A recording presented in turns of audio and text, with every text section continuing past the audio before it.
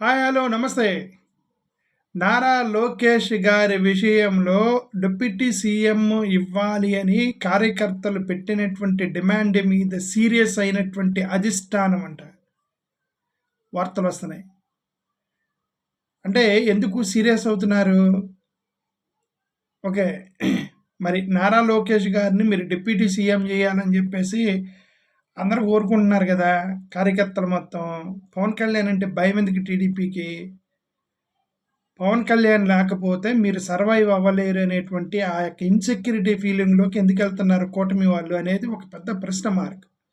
Sir నాటి కూటమి TDP వాళ్ళు పవన్ కళ్యాణ్ గారిని హట్ చేస్తే, పవన్ కళ్యాణ్ గారు బాధపడితే మనకి నష్టం వచ్చింది అనేటువంటి భావనలో తెలుగుదేశం వాళ్ళు 100% ఉన్నారు అనేది చాలా స్పష్టంగా ఈరోజు కనబడింది.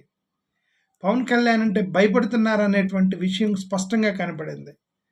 పవన్ కళ్యాణ్ గారు ఎక్కడ హట్ అయితే మన కూటమి నుంచి బయటికి వెళ్ళిపోతాడేమో, మళ్ళీ 2029 మనం ఓడిపోతామనేటువంటి భయం అనేది స్పష్టంగా టీడీపీలో క్యాడర్లో అయ్యేది, అధిష్టానంలో కనబడుతుంది. అది 100% కనబడుతుంది.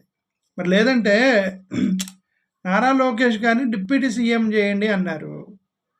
ఇప్పుడు అక్కడ తమిళనాడులో స్టాలిన్ ఉన్నాడు. స్టాలిన్ కొడుకు ఉదయనిధి స్టాలిన్ జస్ట్ 1 మంత్ కూడా కాల అతను డిప్యూటీ సీఎం అని చేశారు. ఎందుకు చేశారు? నెక్స్ట్ వారసుడు అతనే కాబట్టి. స్టాలిన్ వయసు అయిపోయింది. ఉదయనిధి స్టాలిన్ని డిప్యూటీ సీఎం అని చేశారు. Because is training him as ఏ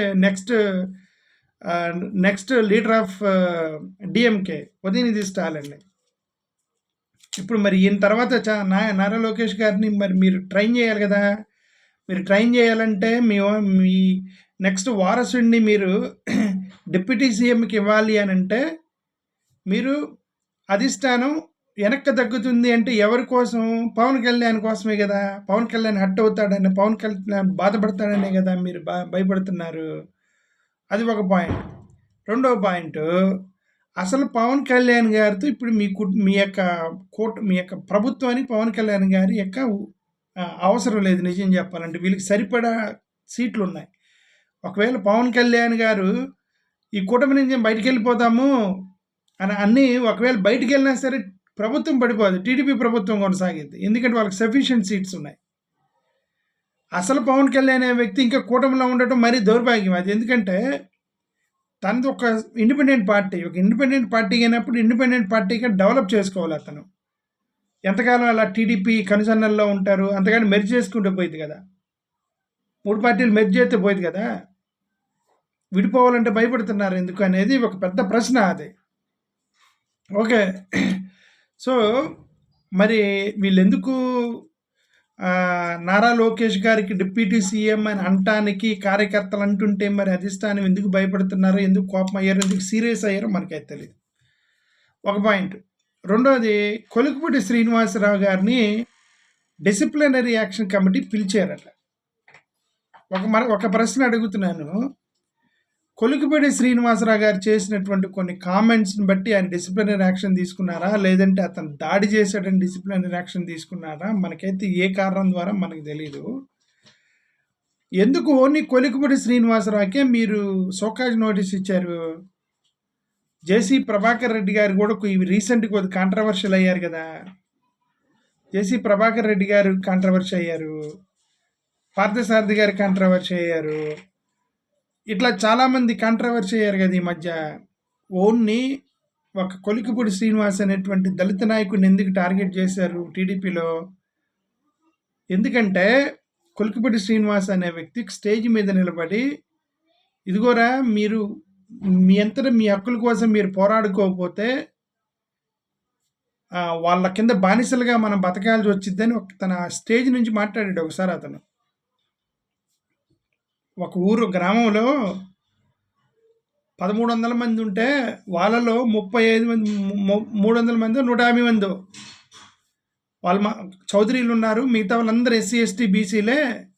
వాళ్ళ తాతలు అలాగా వాళ్ళు బానిసత్వం కింద మనం పనిచేయాల్సి వచ్చింది. వాళ్ళందరూ 35 మందే కదా, మనం 300 మంది ఉన్నాం కదా అని ఏదో ఒక ప్రసంగం ఇచ్చాడండి అతను. ఆ తర్వాత అతను టార్గెట్ పెట్టి వీళ్ళు షోకాజ్ నోటీస్ ఇచ్చారని నాకు అనిపిస్తుంది కొలికిపూడి శ్రీనివాస్ గారిని. అంతే కదా. అదే ఒక అదే చెప్తున్నది. ఒక ఒక ఆధి ఒక ఆధిపత్య కులానికి సంబంధించిన వాళ్ళైతే అంత త్వరగా రియాక్ట్ అవ్వరు. దళితులే కదా, కులిపిడి శ్రీనివాసే కదా, పిలవంటారు అని చెప్పేసి ఎంత ధైర్యం మనల్ని అంటాడా అని చెప్పేసి వేసారు అంతే అని నాకు అనిపిస్తుంది. కొలికిపూడి శ్రీనివాసరావు విషయంలో నాకు అలా అనిపిస్తుంది. ఓకే, అది నిజమో లేదు మనకైతే తెలియదు. ఓకే, అసలు దాని వెనక కుట్ర ఎవరో, మరి దాన్ని వెనక ఈ డిసిప్లినరీ కమిటీ, మరి చంద్రబాబు నాయుడు గారు సీరియస్ అయ్యారా, లోకేష్ గారు సీరియస్ అయ్యారా, లేదంటే వాళ్ళ మీద ఒత్తిడి తీసుకొచ్చారా, వెనక ఆధిపత్యం అనేటువంటి ఒత్తిడి తీసుకొచ్చారా మనకు తెలియదు. ఇప్పుడు ఇది ఒక ఆయన పేరేంటి, మన వైఎస్ఆర్సీపీకి సంబంధించిన ఒక స్పోక్స్ పర్సన్ బీజేపీలోకి వెళ్ళాడు. అతను స్పోక్స్ పర్సన్ బీజేపీలోకి వెళ్ళాడు. అతను ఫస్ట్ చేసిన కామెంట్ ఏంటంటే, నా ఎస్సీ నా ఎస్టీ నా బీసీ అని చెప్పేసి జగన్మోహన్ రెడ్డి అనడం వల్లనే ఓడిపోయారు, మీరు ఒక వర్గాన్ని పోగొట్టుకున్నారు, మీరు మా ఎస్సీ నా ఎస్టీ నా బీసీ అని అంటారా అని చెప్పేసి అన్నాడు. అతనే రవిచంద్రారెడ్డి అనేటువంటి బీజేపీలో చేరాడు కదా అతను అన్నాడు, నా ఎస్సీ నా ఎస్టీ నా బీసీ అని జగన్ అన్నాడు కాబట్టి ఓడిపోయారు. నా ఎస్సీ నా ఎస్టీ నా బీసీ అనబట్టి ఆ 40% ఓట్లు ఆ ఎస్సీ ఎస్టీ బీసీలు వేసినవి అవి. మీరందరూ కుమ్మక్కైపోయి కాపులు మొత్తం టీడీపీ వైపుకి వెళ్ళిపోయారు, కమ్మోళ్ళు మొత్తం కాపులు మొత్తం జనసేన వైపుకి వెళ్ళారు, చౌదరీలు మొత్తం టీడీపీకి వెళ్ళారు, ఈ బ్రాహ్మణ్స్ వీళ్ళు కూడా కొంతమంది బీజేపీ వైపుకి వెళ్ళారు. అయినా సరే జగన్కి 40% ఓట్లు వచ్చినాయి అంటే ఈ ఎస్సీ ఎస్టీ బీసీలు వేసినవి అవి. రెడ్డుల్లో కూడా సగానికి సగం మంది టీడీపీకి వేసారనే కదా గొడవ, రెడ్లు వేయలేదనే కదా గొడవ. మరి ఆయన జగన్కి 40% వచ్చిందంటే కనీసం ఆయన నా ఎస్సీ నా ఎస్టీ నా బీసీ అని బట్టి అలానే వేసారు ఓట్లు జగన్మోహన్ రెడ్డి గారికి. ఓకే, అంటే ఆ రవిచంద్రారెడ్డి అనే వ్యక్తికి తనకున్నటువంటి అందుకే తను కరెక్ట్గా బీజేపీ సెట్ అయిపోయింది అతనికి, అతని మైండ్ సెట్కి, అతని ఆలోచనకి, రవిచంద్రారెడ్డి గారి ఆలోచనకి, అతని ఈ లోయర్ కమ్యూనిటీ మీద ఉన్నటువంటి ఆ భావజాలానికి, ఆ యొక్క చిన్న చూపుకి అది కరెక్ట్ పార్టీ వెళ్ళాడు, కరెక్ట్ పార్టీ కాబట్టి వెళ్ళాడు, సరిపోయింది అది. ఓకే అని నేను అనుకుంటున్నా. ఇది ఏదేమైనా సరే ఇప్పుడు వీళ్ళందరూ నారా లోకేష్ గారిని అట్లా అనడం, ఇంకోటి కూడా చెబుతాం అనుకుంటున్నా. నిన్న అమిత్ షా గారు ఒక మాట అన్నారు, 4 లక్షల కోట్ల రూపాయలు 3 లక్షల కోట్ల వరకు మేము హెల్ప్ చేసాము ప్రభుత్వానికి అన్నారు. 3 లక్షలు హెల్ప్ చేసాం ప్రభుత్వానికి అన్నారు. ఇప్పటి వరకు 6 నెలల్లో 3 లక్షల కోట్ల రూపాయలు ప్రభుత్వానికి హెల్ప్ చేశారంటే అమిత్ షా గారు. అయితే ఇప్పటికీ చంద్రబాబు నాయుడు గారు 1,00,000 కోట్లు తీసుకున్నారు అప్పు. ఈ 4 లక్షల కోట్ల రూపాయలు ఎక్కడున్నాయి అనేది మేము ప్రశ్నిస్తున్నాం. ఏం చేశారు 4 లక్షలు? అమిత్ షా గారు మనం ప్రసంగం ఇస్తూ ఇప్పటి వరకు 3 లక్షల కోట్ల రూపాయలు మేము ఆంధ్రప్రదేశ్ సహాయం చేసామన్నారు అమిత్ షా గారు. 1,00,000 కోట్లు అప్పు తీసుకున్నారు వీళ్ళు. ఆ 3 లక్షలు ఈ 1,00,000 కోట్లు కలిపి మొత్తం మీద 4 లక్షల కోట్ల రూపాయలు లేయి 6 నెలల్లో 4 లక్షల కోట్ల రూపాయలు ఖర్చు పెట్టారు. అసలు ఆంధ్రప్రదేశ్ బడ్జెట్ ఎంత, సంవత్సరం బడ్జెట్ ఎంత? సంవత్సరానికి ఆంధ్రప్రదేశ్ బడ్జెట్టే 2 లక్షల కోట్లే ఉండిద్దాము. 4 లక్షల కోట్లు 6 నెలల్లో ఖర్చు పెట్టేశారా అనేది ఒక పెద్ద ఆలోచించదగినటువంటి విషయం. వీళ్ళు రాజకీయ పార్టీలు స్టేజ్ మీద నిలబడి 3 లక్షల కోట్లు హెల్ప్ చేసాము, 4 లక్షల కోట్లు హెల్ప్ చేసాము చేస్తే మీరు 3 లక్షల కోట్లు ఇస్తే 1 కోటి రూపాయలు ఆయన అప్పు తీసుకుంటే ఆల్రెడీ 1,00,000 కోట్లు ఆల్రెడీ అప్పు తీసుకుంటే 4 లక్షల కోట్లు డబ్బులు వేసామి అని అంటే మనకు తెలియదు ఎక్కడ పోయినాయో.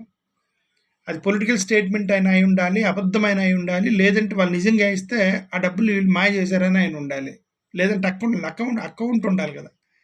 Thank you.